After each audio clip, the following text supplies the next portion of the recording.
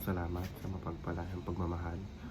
Welcome to our 365 daily devotion. Ako po si Alexander Gomez ng batch 3.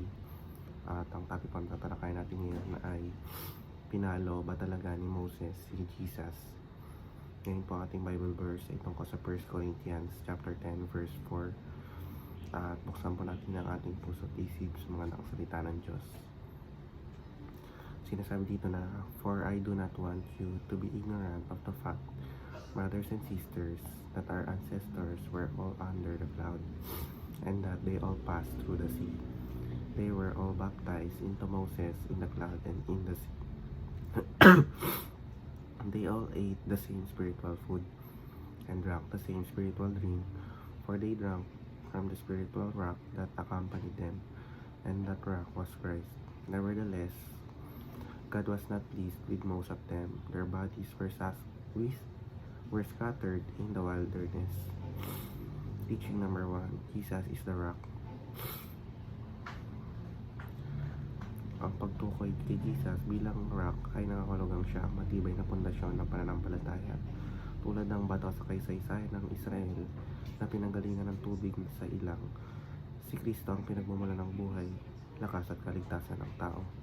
Pinapakita nito na mula pa noon ay kasama na ng Diyos ang kanyang bayan, at sa bagong tipan ay malinaw na si Jesus ang katuparan nito. Teaching number 2, Jesus provides the river of life. Ang tubig na tinutukoy ay hindi lamang pisikal kundi spiritual. Si Jesus ang nagbibigay ng tunay na kasiyahan sa kaluluwa, kapatawaran, pag-asa, kapayapaan at bagong buhay. Teaching number 3, Jesus calls us to faithful obedience. Hindi sapat na tayo ay kasama sa relihiyon o simbahan. Ang tunay na pananampalataya ay makikita sa pagsunod. Kahit na nararanasan ng Israel ang maraming himala ng Diyos, marami pa rin ang hindi na kinalulugdan ng Diyos dahil sa kanilang pagsuway. Application number 1, do not live a double life. Bilang Kristiyano, hindi dapat magkaiba ang ating pananampalataya at pamumuhay. Hindi pwedeng Kristiyano sa simbahan pero kabaliktaran sa pang-araw-araw na gawain, sa paaralan, trabaho o bahay. Application number 2, do not wait until it is too late.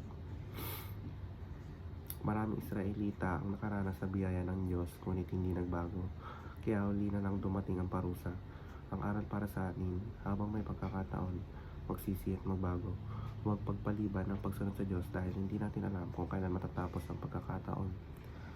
Application number 3, do not be an arrogant Christian. Ang pagiging Kristiyano ay hindi lisensya para maging mapagmataas o manghusga ng iba. Ang babala ni Pablo ay malinaw. Kahit ang mga taong pinili at pinagpala ay maaaring bumagsak kung sila ay maging kampante at mayabang.